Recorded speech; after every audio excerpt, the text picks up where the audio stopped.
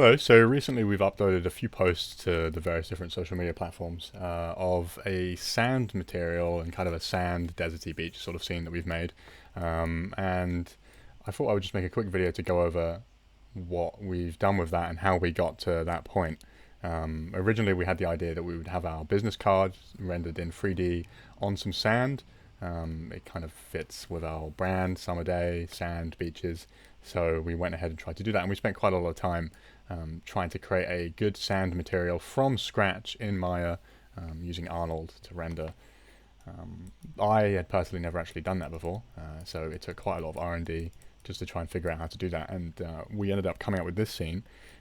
We have this piece of geometry here that's kind of just got some sand waves in it, just to have some sort of texture, and we have our business card sitting on it, and I can just quickly show you what the graph looks like for that. For those of you familiar with this, this is the shader. Got various different materials coming in, some sort of image textures to make the sand granules, a few other more procedural maps. We're using some 3D textures just to add some breakup and displacement. This ended up looking okay. We were kind of happy with it at the time. I won't render it now just because I have to CPU render it and it'll probably mess up the recording, but this is what we ended up getting out of Maya. And we were kind of happy with it at the time. I don't think, looking back on it now, that it's that good. It kind of breaks, and the card sitting in there doesn't look the best. This looks very fake, sort of an intersection. We think now the sand material might work better from a distance. It's not terrible, but for what we wanted to do, it wasn't really the best. So what we ended up doing was going back to the drawing board and saying, well, you know, why don't we create a brand new sand shader from scratch? So I ended up creating this scene. And this scene, funnily enough, even though it looks miles better in my opinion, is much, much easier and quicker to render. So we ended up having the same sort of principles. We have a basic ground here, some sort of geometry with the wavy shapes in it, just for the like surface breakup, the bigger shapes, right?